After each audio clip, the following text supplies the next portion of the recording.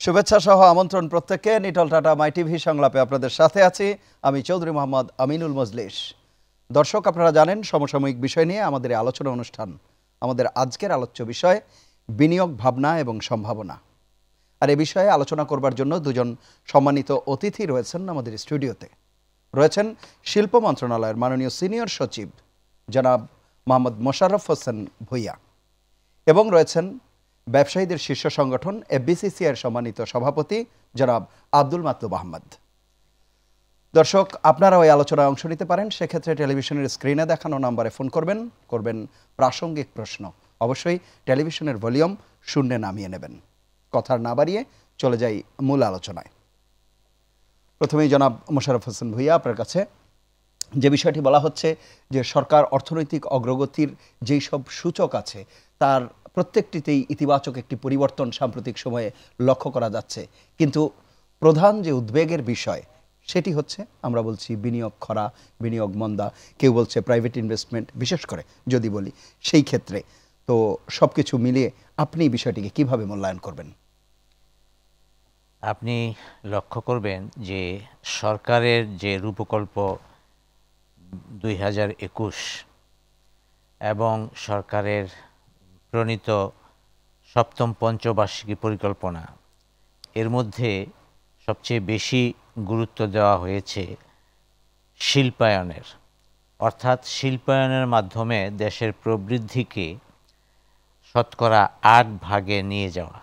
আপনি জানেন যে আমাদের বর্তমান যে প্রবৃদ্ধি 6 to 7% ভিতরে বেশ কয়েক বছর যাবত, আর এবছরই আমরা শতকরা 7 ভাগ পার করেছি এবং এর ভিতরে আমরা ম্যানুফ্যাকচারিং খাত আস্তে আস্তে জিডিপিতে ভালো কন্ট্রিবিউট করছে। যেমন এই বছরই প্রায় 28 থেকে 29%, আর আমাদের লক্ষ্য হলো যে আগামী 5 বছরের ভিতরে এটিকে 35%-এ উন্নীত করা। এর জন্য বিনিয়োগের প্রয়োজন হবে এবং সরকার দেশি এবং বিদেশি বিনিয়োগ আকৃষ্ট করার বিভিন্ন প্রকার পদ্ধতি গ্রহণ করেছে। যদিও এখন বলে থাকে অনেকেই যে বিনিয়োগে মন্দা, বিনিয়োগ কিন্তু হচ্ছে। প্রাইভেট সেক্টর যথেষ্ট এগিয়ে আসছে, বিশেষ করে small and medium industries development আমাদের দেশে ব্যাপক হয়েছে। আপনি যদি স্বাধীনতার পর থেকেই দেখেন তাহলে আমরা লক্ষ্য করব যে আমাদের দেশের স্বাধীনতার সময় জনসংখ্যা ছিল 7.5 কোটি, আর এখন প্রায় 17 কোটি। আগের চেয়ে আমরা ওয়েল অফ, এবং এমপ্লয়মেন্ট দেশে প্রচুর হয়েছে। আজকাল কিন্তু কেউ আর তেমন বেকার নাই। আগে যারা পড়ালেখা করতো, যদি একটা ক্লারিক্যাল চাকরি বা অন্য যে কোনো কিছু না পেত তাহলে ফ্রাস্ট্রেটেড হয়ে যেত। আর এখন কিন্তু কেউ এই সরকারি চাকরি কিংবা কোথাও এগুলির জন্য বসে থাকে না। এখন অনেক ব্যাপক ইন্ডাস্ট্রিয়ালাইজেশন হয়েছে এবং প্রাইভেট সেক্টর বেশি ফ্লারিশ করেছে। তো সরকারেরও এখন এটা একটা লক্ষ্য। যেমন মনে করেন আমরা শিল্প মন্ত্রণালয় থেকে শিল্পনীতি প্রণয়ন করেছি এবং সেই শিল্পনীতিতেও প্রাইভেট সেক্টরের ডেভেলপমেন্টের জন্য যথেষ্ট প্রণোদনার ব্যবস্থা রাখা হয়েছে। একইভাবে ফরেন ডাইরেক্ট ইনভেস্টমেন্ট অ্যাট্রাক্ট করার জন্য বিভিন্ন প্রকার সুযোগ সুবিধার কথা বর্ণনা করা হয়েছে এবং ডুইং বিজনেস, আগে তো যেটিকে বলা হতো কস্ট অফ ডুইং বিজনেস, বাংলাদেশে খুব হাই। এখন আমরা সেটাকে কত দ্রুত সহজ করা যায় সেই জন্য ইজ অফ ডুইং বিজনেস এই নামটা দেওয়া হয়েছে এবং আমরা এর উপর সরকার বলতে গেলে সরকারের সর্বোচ্চ পর্যায়ের দিক থেকে এই দিকে দৃষ্টি দেওয়া হয়েছে। আচ্ছা, আমরা কস্ট অফ ডুইং বিজনেসের প্রসঙ্গে আসবো, শুনে আসি। যে কথা বলছিলাম যে বিনিয়োগের বিষয়ে বেশ কিছু পদক্ষেপের কথা মাননীয় সিনিয়র সচিব মহোদয় বললেন, আপনি পুরো বিষয়টিকে কিভাবে মূল্যায়ন করবেন? ওয়েল, আমি এটা দেখব যে সরকার এবং সরকারে যারা নেতৃস্থানীয় পজিশনে রয়েছেন তাদের কিন্তু mindset pro business pro industry, এটাতে কোনো ডাউট নাই। আর যেটুকু আমরা যেতে পারতাম অবশ্যই আমরা অতটুকু যেতে পারি নাই। তার কারণটা ছিল যে আমরা এনার্জি সিকিউরিটির জন্য শিল্পে বেশ ব্যাঘাত হয়েছে। যেমন গ্যাসের উপরে আমাদের বেস করা ছিল আগে শিল্পটা, এখন কিন্তু শিল্পটা গ্যাসটা ক্রমশই কমে যাচ্ছে আর অল্টারনেটিভ ইউজ অফ এনার্জি শুরু হচ্ছে। তো সেখানে এলপিজিটা এখনও আমাদের পুরো স্ট্যাবলিশ হয় নাই, এলএনজি এখনও আসে নাই। আর পাওয়ার যদিও আমরা 15,000 মেগাওয়াট পাওয়ারে চলে গেছি, কিন্তু পাওয়ার ডিস্ট্রিবিউশন অ্যান্ড ট্রান্সমিশন 8,000 8,500 আছে। আর ডিস্ট্রিবিউশন আরও কাহিল অবস্থা, সব মেশিন টেশিনগুলো খুব পুরান, যার ফলে আমি যদি একটা ফ্যাক্টরিতে পাওয়ারটা লাগাই, যে পাওয়ারটা ট্রিপ করে যাওয়ার সম্ভাবনা থাকে অনেক সময়। যখন ট্রিপ করে যায় তখন আধুনিক মেশিনগুলো খুব অসুবিধায় পড়ে, যার জন্য আজকে প্রায় কয়েক হাজার ফ্যাক্টরি বলবো পুরো বাংলাদেশে। আব্দুল মাতলুব আহমেদ, আপনি এইখান থেকেই বলবেন, একজন দর্শক আছেন। প্রিয় দর্শক, নাম বলে প্রশ্ন করুন। হ্যালো, আসসালামু আলাইকুম। ওয়ালাইকুম আসসালাম। আসসালামু আলাইকুম। আমি ভাই কেরানীগঞ্জ থেকে আনোয়ার বলছি। খুব দুঃখদায়কের মাধ্যমে আমাদের গ্রামে বিভিন্ন এনজিওরা ক্ষুদ্র ক্ষুদ্র ব্যবসায়ীদেরকে রক্ত চষে দিচ্ছে, ঋণ দিচ্ছে। এতে অনেক ব্যবসায়ী আত্মহত্যা করছে, অনেকে ব্যবসায়ীরা বলে যাচ্ছে প্রতিদিন প্রতি সপ্তাহ তাদের ঋণ পরিশোধ করতে হয়। এই ব্যাপারটা সরকার যদি বিভিন্ন বড় বড় লোকদের ঋণ দিতেছে, যদি ক্ষুদ্র ব্যবসায়ীদের ঋণের সহযোগিতা করে, তাহলে সরকারের সুনাম আরো প্রসার হবে। আপনার এই বিষয়ে কিছু আলোচনা করলে আমি অত্যন্ত খুশি হব। অসংখ্য ধন্যবাদ। সে বিষয়ে অবশ্যই আজকে দর্শক যেটা বললেন সেটা মানে আত্মহত্যার স্টেজে বাংলাদেশে এখন নেই, তবে যেটা উনি বলার চেষ্টা করছেন সেটা হলো যে বড়রা ঋণ এখন 9-এর নিচে পাচ্ছে, আমাদের গ্রুপও পাচ্ছে। কিন্তু এসএমইতে যদি আমরা দেখি, এসএমইর ঋণটা ওনাদের অনেক হাই, এখনো 13-14% নিচে এসএমই আলাদা পাচ্ছে না। মাঝে মাঝে শোনা যায় ক্রেডিট, যেটা আপনি মিন জি করতেছেন, মানে এসএমইতে যারা টাকা নিচ্ছেন, যারা স্মল অ্যান্ড মিডিয়াম এন্টারপ্রাইজ মানে যা বোঝানো যায়, তাদেরকে যে ব্যাংক টাকা দেয় তাদেরকে সুদটা বেশি নেয়। এখন আপনি বলবেন যে কেন নেয়? ব্যাংক তো একটা বিজনেস, তারা যাদের কাছে মনে করে যে এদের কাছে আমার টাকাটা হারানোর সম্ভাবনা আছে বা নন পারফরমেন্স হওয়ার সম্ভাবনা আছে, তাদের উপরে বেশি টাকা ঋণ নেয়, তাহলে অ্যাভারেজে গিয়ে ওরা বেঁচে যায়। কিন্তু আমরা স্ট্যাটিস্টিক্যালি দেখেছি যদি এসএমইকে ফাইন্যান্স দেওয়া হয় এবং যদি ঠিক মতো তাদের পেপার দেখা হয়, তাদের কিন্তু টাকা ফেরত আসে এবং তাদের টাকা বেশি ফেরত আসে দেন দ্য বিগ ইন্ডাস্ট্রি। সেজন্য আমি মনে করি দর্শককে আপনার ঘাবড়াবার কোনো কারণ নেই। সরকার অলরেডি এসএমইর উপরে 9% ইন্টারেস্ট রেট ঘোষণা করেছেন এবং মাই এসএমই যখন তারা এখানে উদ্বোধন করলেন তখন সেখানে সরকার থেকে ঘোষণা করা হলো যে এখন এসএমই সেক্টরে যাদের প্রজেক্ট ঠিক আছে, যাদের স্ট্যাবিলিটি রয়েছে, তাদেরকে 9% দেওয়া যাবে এবং দেওয়া হবে। তো আমার মনে হয় সিনিয়র সেক্রেটারি সাহেব এবারে ভালোই বলতে পারবেন। জি, আমি বিষয়টিকে আরেকটু অন্যভাবে ব্যাখ্যা করি। আমাদের দর্শক যে প্রশ্নটি করেছেন, যে এটা হলো যে অনেক সময় দেখা যায় যে প্রাইভেট অনেকের কাছ থেকে অনেক বেশি সুদে ওরা নিয়ে থাকে একটা। আরেকটা হলো কিছু কিছু মাইক্রো ক্রেডিট ইনস্টিটিউশনস আছে যাদের কাছ থেকে যে ঋণটা নেওয়া হয় সেটি সপ্তাহে সপ্তাহে পরিশোধ করতে হয় এবং সেটি পরিশোধ করতে গিয়ে তাদের একটু সমস্যা হয়। আমি যেটি বলতে চাই সেটি হলো যে সরকার একটা ব্যবস্থা করেছেন, small and medium industries Bangladesh ব্যাংকের তত্ত্বাবধানে একটা ঋণ সুবিধা আছে, আর আমাদের এসএমই ফাউন্ডেশনের এবং বিসিকের অধীনে কিছু ঋণের ব্যবস্থা আছে যেগুলি সিঙ্গেল ডিজিটে দেওয়া হয়ে থাকে। এই সিঙ্গেল ডিজিট মানে 9% সুদের হার, যেটি জনাব মাতলুব আহমেদ সাহেব বলেছেন, এটি আরও কিছু কমে আসবে, কারণ বর্তমান ট্রেন্ড কিন্তু ব্যাংকিং সিস্টেমে রেট অফ ইন্টারেস্ট কমার, এটি আরও কমে আসবে এবং পরবর্তী পর্যায়ে আমার মনে হয় আরও কম হারে এটি দেওয়া যাবে। এসএমই ফাইন্যান্সিংয়ের জন্য ভালো ব্যবস্থা আছে, অনেকে ক্ষুদ্র এবং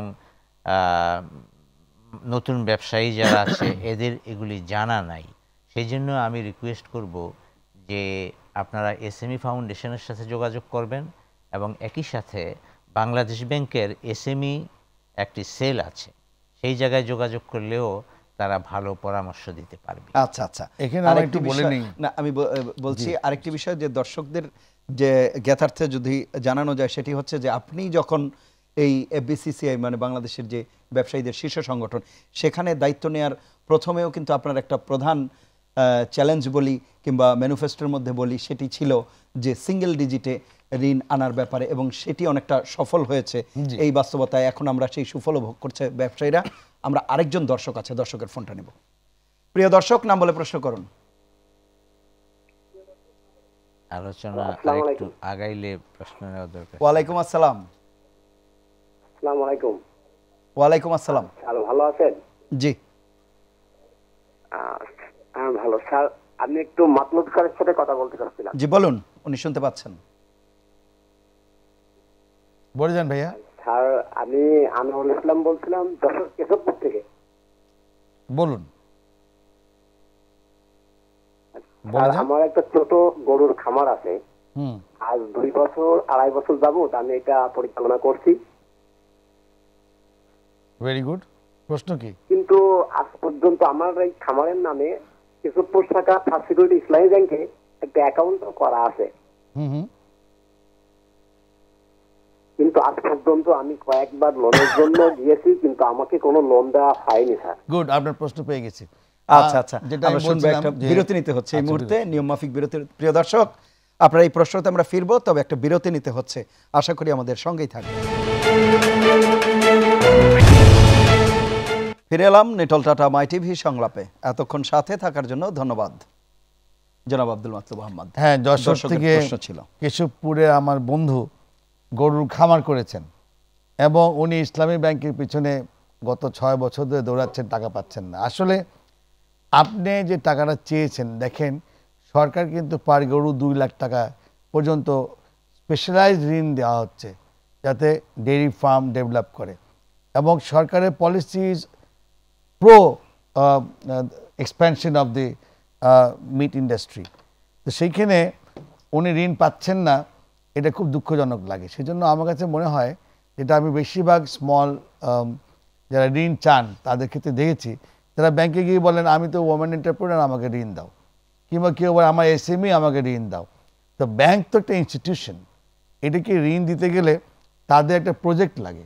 সেই প্রজেক্টটা তাদের ফরমেশন করার যে সিস্টেমটা, এটা অনেকেই জানেন না। ওরা তো একটা কাগজে লিখে দেয় যে আমি একটা গরু খামার করবো, আমার টাকা দাও।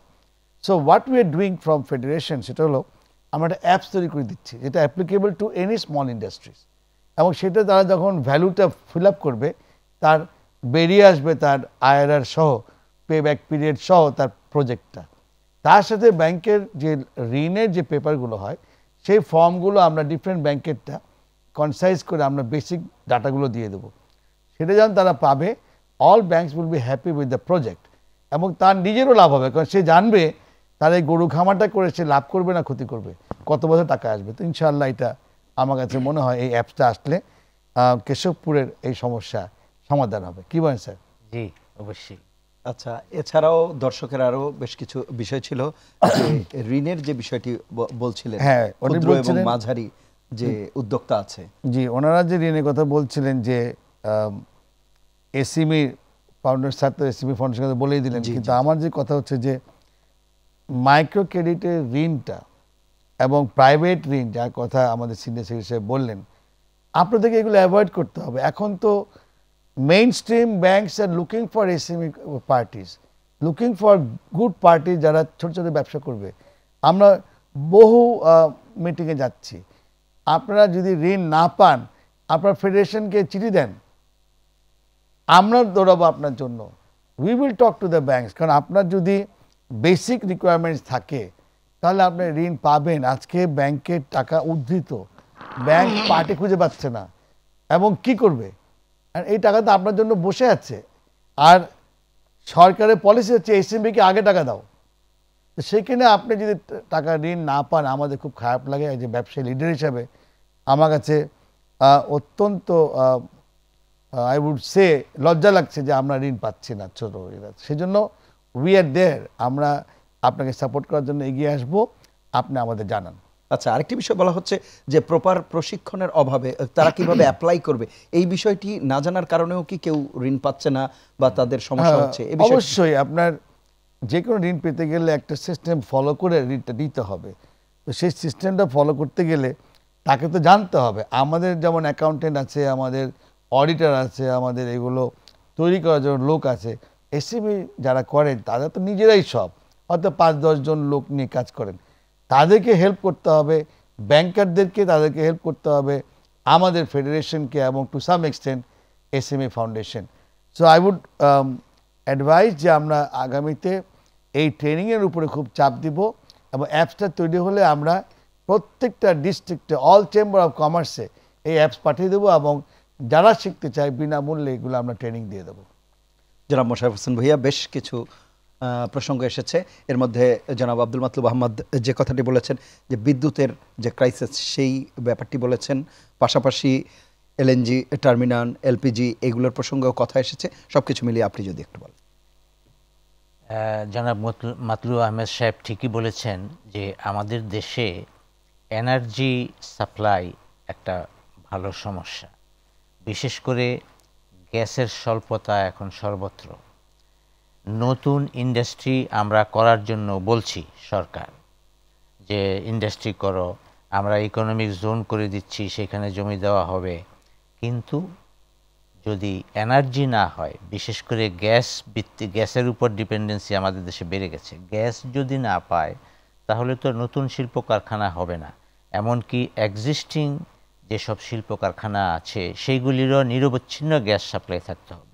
একইভাবে বিদ্যুৎ, যেটি জনাব মাতলুব আহমেদ বলেছেন, আমি নিজেও কয়েকটি প্রতিষ্ঠান ভিজিট করেছি, এরা আমাকে বলেছে যে স্যার আমরা তো মোল্ড তৈরি করে এখানে দিয়েছি, এটা রানিং আছে, এখন যদি হঠাৎ করে বিদ্যুৎ চলে যায় এবং 2-3 মিনিটের জন্য বিদ্যুৎ না থাকে, আমরা জেনারেটর চালাইতেও যদি দেখা যায় যে বিদ্যুৎ আসতে 2-3 মিনিট, আমাদের যেই ইয়েগুলি ছিল, ম্যাটেরিয়ালসগুলি ছিল, সেগুলি নষ্ট হয়ে যায়, আবার নতুন করে শুরু করতে হয়। তো সেসব কারণে বিদ্যুৎ এবং গ্যাস এই দুইটার প্রাপ্তি নিশ্চিত করতে হবে।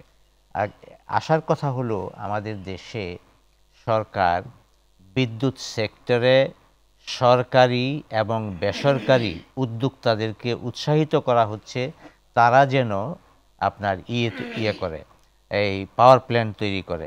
আমাদের বিদ্যুৎ আরও বাড়াইতে হবে। এবং একই সাথে যেই জিনিসটা মাতলুব আহমেদ সাহেব বলেছেন যে আমাদের যে ডিস্ট্রিবিউশনের সমস্যা, এই জন্য কিন্তু বেশ কয়েকটি প্রজেক্ট কাজ করছে। আশা করি আগামী 2 বছরের মধ্যে ডিস্ট্রিবিউশনের সমস্যা অনেকটা মিটমাট হবে। এলএনজির সাপ্লাইয়ের কথা এখানে আমি বলি, 2017-র শেষ দিকে প্রথম যেই সরকার যেই ফ্লোটিং টার্মিনাল করে এলএনজি আনছে বাইরে থেকে, সেটি আসার সম্ভাবনা আছে। এবং প্রাইভেট সেক্টরে আপনি লক্ষ্য করবেন সরকার এলএনজি টার্মিনাল করার জন্য প্রাইভেট সেক্টরকে উৎসাহিত করছে। প্রাইভেট সেক্টরের মধ্যে অনেকেই বড় বড় ব্যবসায়ী যারা আছে, তারা বিদেশি সাপ্লায়ারদের সাথে জয়েন্ট ভেঞ্চার করছে এবং আগামী 1 বছর 1.5 বছরের ভিতরে বা 2 বছরের ভিতরে আমাদের দেশে যথেষ্ট পরিমাণ এলএনজি আসবে, যেটিকে রিগ্যাসিফাই করে আমাদের ইন্ডাস্ট্রিগুলিতে দেওয়া যাবে। হয়তো কস্ট অফ গ্যাস একটু বর্তমানে যেই দরে আমরা পাচ্ছি এর চেয়ে একটু বেশি দর হবে, কিন্তু আমরা আশা করি আমাদের দেশে অন্যান্য র ম্যাটেরিয়ালস, বিশেষ করে লেবার ফোর্স এবং অন্যান্য যা আছে সেগুলির সস্তা থাকার কারণে একেবারে যে কি বলে আনপ্রফিটেবল হবে তা না, মোটামুটি আমাদের ব্যবসায়ীরা কাজ করতে পারবে। এবং ব্যাংকিং সিস্টেম, আপনার আগামী কয়েক বছরের মধ্যে ব্যাংকিং সিস্টেমেও একটা নিয়ম নীতি আসতে বাধ্য।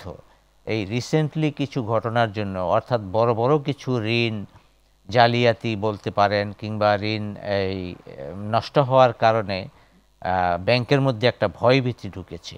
এটি যখন নিরসন হবে এবং তখন বিশেষ করে ক্ষুদ্র ঋণগুলি দিতে কিন্তু তেমন ভয়ের কোনো কারণই নেই, ক্ষুদ্র ঋণের সমস্যা সবচেয়ে বড়, যেটি মাতলুব আহমেদ সাহেব বলেছেন, ঋণ প্রসেসিং। তো ঋণ প্রসেসিংটা আমরা শিল্প মন্ত্রণালয় থেকে কিছু প্রশিক্ষণেরও ব্যবস্থা করছি।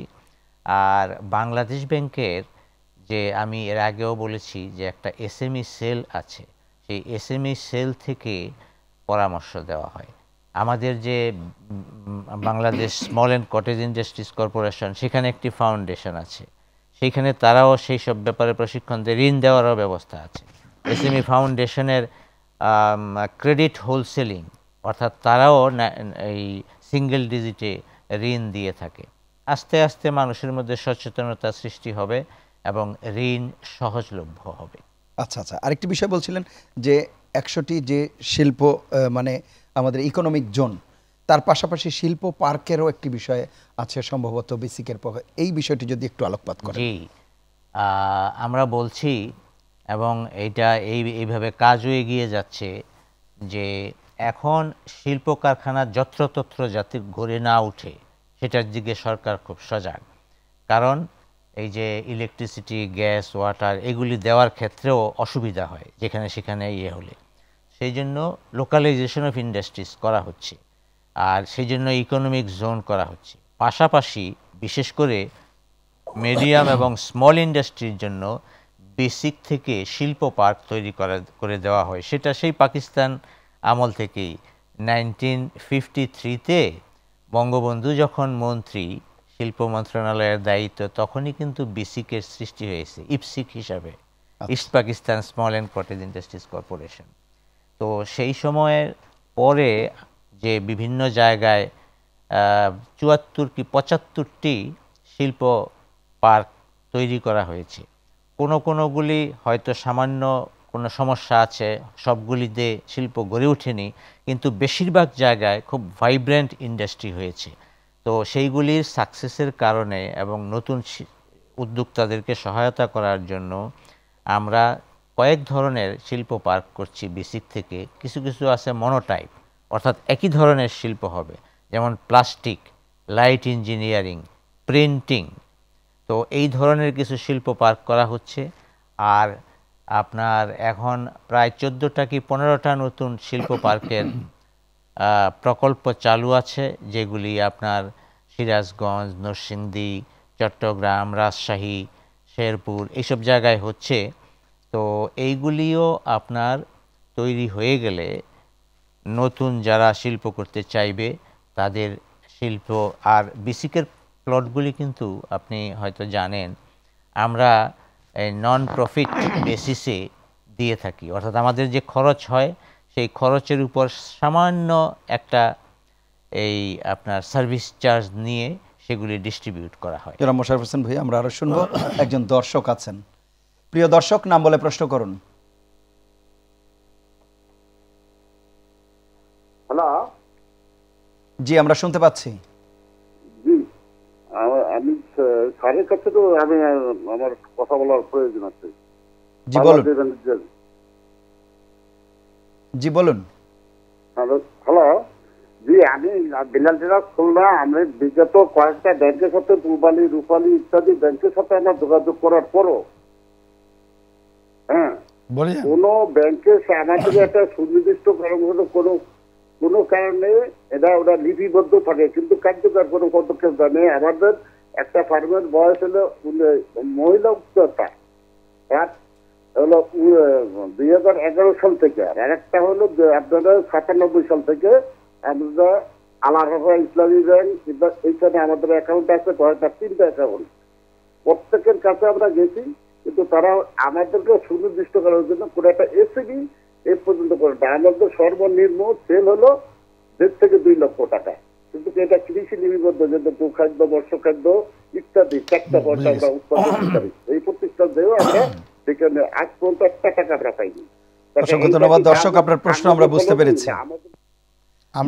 পেরেছি। শোনেন, আল আরাফাহ ইসলামী ব্যাংক কিংবা অন্যান্য যারা ব্যাংক আছেন,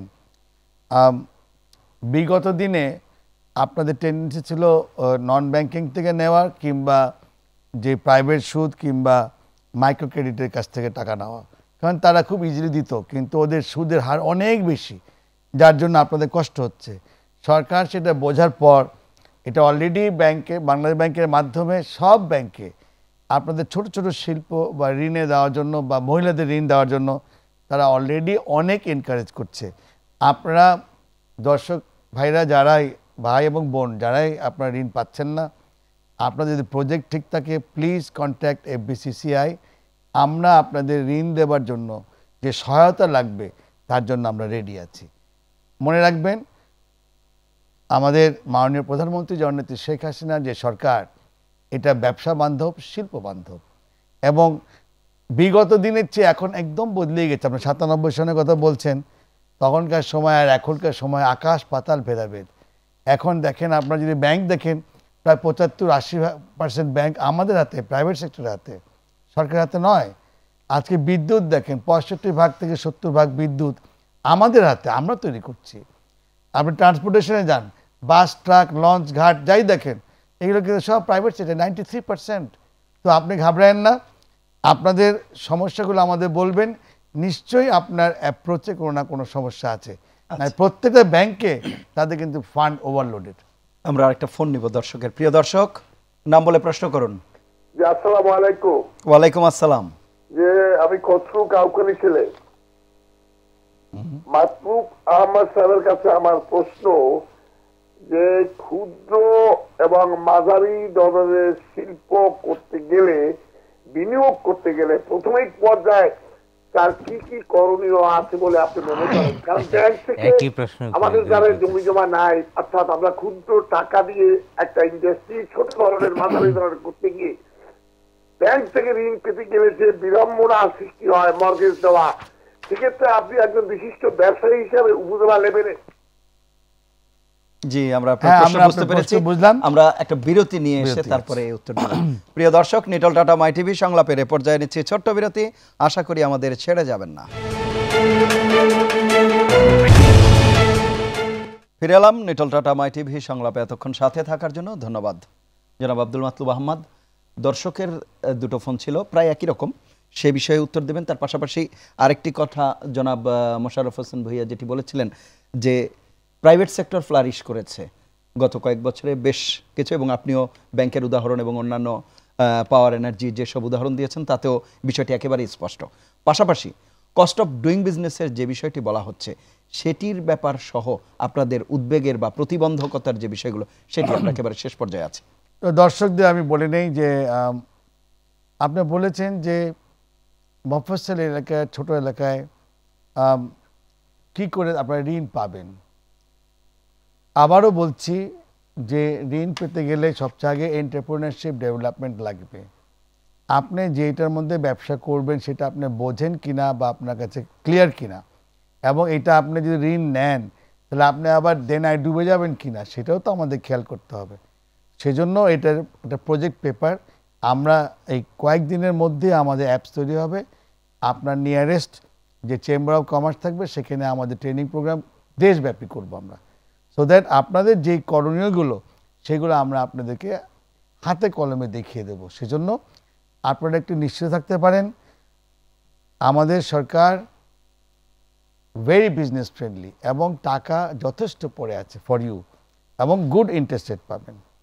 আমি যেটা বলতে চাচ্ছিলাম যে আপনার যে প্রশ্নটা, যে cost is of doing business, cost of doing business, দেখেন আজকে হয়তো আমাদের কস্ট অফ ডুইং বিজনেস বেশি আছে, বাট সরকার কিন্তু স্পেশালি মাননীয় প্রধানমন্ত্রী জননেত্রী Sheikh Hasina is really interested to see a thriving private sector. কেন? কারণ ওনাকে 2021 সনে মিডল ইনকাম কান্ট্রিতে নিতে হবে। তার মানে যেভাবে আমাদের সিনিয়র বললেন মোশাররফ ভাই, যে ওই 35%, 40% আমাদের ইনভেস্টমেন্ট দিতে হবে প্রাইভেট সেক্টরে। নিতে গেলে আমাদের কী কী লাগবে? ইজ অফ ডুইং বিজনেস লাগবে। দেখেন এনবিআর আমাদের মাননীয় চেয়ারম্যান সাহেব যিনি আছেন, আমাদের নজিবুর রহমান সাহেব, উনি কিন্তু এসআই কুডা অলরেডি লাস্ট স্টেজে চলে আসেন। এসআই কুডা মানে কি?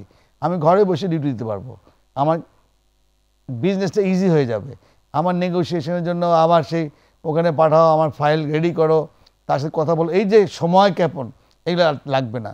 তারপরে নতুন পোর্ট হচ্ছে, পায়রা বন্দর চালু হয়ে যাচ্ছে, এটা কিন্তু বিশাল জিনিস। তারপরে আমাদের চারদিকে যে ল্যান্ড পোর্টগুলো আছে এগুলোকে সব রিভ্যাম্পিং করা হচ্ছে, এগুলো সব ইজ অফ ডুইং বিজনেস। তারপরে NBR VAT online, tax online, this are all things which are aimed towards easing the. জনাব আব্দুল্লাহ মাতলুব আহমদ, আপনি বেশ কিছু উদ্যোগের কথা বলছেন যেগুলোর সুফল হয়তো আমরা আগামীতে দেখতে পাবো, কিন্তু সাম্প্রতিক সময়ে বিশ্বব্যাংকের যে প্রতিবেদন এসেছে কস্ট অফ ডুইং বিজনেসের, সেখানে ইলেকট্রিসিটি পেতে একজন ব্যবসায়ীকে যেই সময় নিতে হয় বা যে সময় দিতে হয়, যে সময় ধরে তাকে অপেক্ষা করতে হয়, সেটি আমাদের সার্কভুক্ত এই রিজিয়নের দেশগুলোর মধ্যে অনেক বেশি। না, আমি এটা অস্বীকার করবো না, কারণ এটা বলি, আমরা তো 8 বছর ধরে বিদ্যুৎ দিব না বলা ছিল, তো ওখানে তো হিসাব করে কোনো লাভই নাই। সরকার মাত্র গত বছর থেকে বলেছেন আমরা চাহিদা মাত্র বিদ্যুৎ দিব। এখন আপনাকে তো দেখতে হবে, এই সরকার পাওয়ার নেবার আগে 1 ঘন্টা বিদ্যুৎ যেত আর 1 ঘন্টা বিদ্যুৎ থাকতো। এটা তো আমরা সবাই এক্সপিরিয়েন্স করছি। আপনার এখানে বিদ্যুৎ যাচ্ছে, এখন জেনারেটর আলাদা সব ব্যবসা ফেল করে যাচ্ছে, কারণ বিদ্যুৎ যাচ্ছে না। এখন যেটা আপনাকে বলার চেষ্টা করছি সেটা হলো যে যেখানে যেখানে ফল্টগুলো রয়েছে সরকার কিন্তু অ্যাওয়্যার। আগে যদি 20 বছর আগে দেখি, সরকার জানলেও জানার চেষ্টা করতো না যে না ভাই আমি, কিন্তু এখন সরকার খুঁজে খুঁজে বের করে, আমাদেরকে বলে ভাই কোথায় কোথায় সমস্যা আছে আমাদের বলো। কোনো দিন সরকারের মাইন্ড এরকম ছিল না। এই যে তাদের জানার ইচ্ছা, এই যে আমাদের কাছ থেকে যে ফিডব্যাক নিয়ে তারা কিন্তু প্রোগ্রাম বানাচ্ছে। দেখেন 2 দিন কিন্তু হবিগঞ্জে আমাদের সিনিয়র সেক্রেটারি সাহেব থেকে আসছেন, এবং 2 দিনে কি ছিল subject matter, private sector investment কি করে বাড়ানো যায়, how to increase the, and সেখানে 23টা মন্ত্রণালয় ছিল, ক্যাবিনেট সেক্রেটারি সাহেব গিয়েছিলেন, প্রিন্সিপাল সেক্রেটারি সাহেব গিয়েছিলেন। তো এই যে সরকারের যে চিন্তাধারাটা, ইট ইজ এখন ডিফারেন্ট সরকার হয়ে গেছে।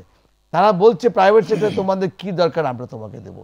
So all this problems are already highlighted in this system. এবং আগামীকালকে যে প্রেস কনফারেন্স বিডার হবে সেখানে কিন্তু তারা বলে দিবে যে আমাদের রোড ম্যাপটা কী হবে, কি করে আমরা প্রাইভেট সেক্টরকে কেউভাবে হেল্প করছি সেটা বলে দেবেন। আমরা শুনে আসি যে সরকারের বিভিন্ন উদ্যোগের কথা আপনি ইতোমধ্যে বলছেন। খুব সংক্ষেপে আমাদের শেষ করতে হচ্ছে যে বিষয়টি বলে, যে ওয়ান স্টপ সার্ভিসের কথা সবসময়ই ব্যবসায়ীরা বলে এসেছেন, যেখানে হয়তো আমলাতান্ত্রিক জটিলতার যে প্রতিবন্ধকতা থাকে বা জটিলতা থাকে, সেই বৃত্তে আবর্তিত হবে না উদ্যোক্তাদের স্বপ্ন। সে বিষয়টি সম্পর্কে খুব সংক্ষেপে যদি বলেন। আচ্ছা, ওয়ান স্টপ সার্ভিস দেশে প্রচলন করার জন্য একটি আইন হতে যাচ্ছে, আর বিনিয়োগ বোর্ডের যে ওয়ান স্টপ সার্ভিসটি ইতিমধ্যে চালু আছে সেটিকে আরও কার্যকর করা হবে নতুন বাংলাদেশ ইন্ডাস্ট্রিয়াল ডেভেলপমেন্ট অথরিটি বিডাতে। আর এর জন্য একটু বুঝতে হবে যে ওয়ান স্টপ সার্ভিসটা হলো একটি টেবিল থেকেই যে সব সার্ভিস দেওয়া হবে তা না। বিভিন্ন রেগুলেটরি সংস্থার লোকজন এক জায়গায় থাকবে, একটা আমব্রেলার মধ্যে থাকবে, এবং প্রত্যেকের কাজ এখানে বসেই করবে। একটা প্রশ্ন আসতে পারে যে কোনো সিদ্ধান্তের ক্ষেত্রে তো মন্ত্রীর, সংশ্লিষ্ট মন্ত্রণালয়ের মন্ত্রীর অনুমোদন লাগবে, যেমন বর্তমান সময়ে গ্যাস দেওয়া, সেক্ষেত্রে মন্ত্রীর অনুমোদন। সেই অনুমোদনটা যাতে বিজনেস পারসন যে ইনভেস্ট করবে সে নিজে দৌড়াদৌড়ি করে নিতে না হয়, সেই জন্য এই ওয়ান স্টপ সার্ভিস থেকে যিনি নিয়োজিত থাকবেন উনি এটি তাড়াতাড়ি সিদ্ধান্তটা করিয়ে শেষ করতে হচ্ছে খুব সংক্ষেপে। কাজেই এখন কথা হলো যে এই যে ইলেকট্রিসিটির কথা বললেন বিশ্বব্যাংকের, সেদিন হবিগঞ্জের যেই কনফারেন্স, সেইখানে বিদ্যুৎ সচিব বলেছেন যে এখন কোনো ব্যক্তি চাওয়ার 28 দিনের মধ্যে বিদ্যুৎ দেওয়া হবে। আচ্ছা আচ্ছা। তো সেরকমভাবে সব ক্ষেত্রেই ব্যবসায়ীদের সহযোগিতা করার একটা প্রক্রিয়া শুরু হয়েছে, এবং এই ওয়ান স্টপ সার্ভিসের আইন প্রণয়ন হলে যে জায়গায় ওয়ান স্টপ সার্ভিস হবে সেই সব জায়গা এই আইনের আওতাভুক্ত হবে। অসংখ্য ধন্যবাদ। দর্শক, যেমনটা শুনছিলাম মাননীয় সিনিয়র সচিবের কাছে, আমরাও আশা করি ব্যবসায়ীদের যে বিদ্যমান প্রতিবন্ধকতা রয়েছে সেই প্রতিবন্ধকতা দূর হবে এবং তারা সঠিকভাবে তাদের ব্যবসা যে বিষয়টি সেটি চালিয়ে যেতে পারবে। আর সেই প্রত্যাশায় আজকের অনুষ্ঠান শেষ করছি। সবাই ভালো থাকবেন, সুস্থ থাকবেন, আশা করি মাই টিভির সঙ্গেই থাকবেন। আল্লাহ হাফেজ।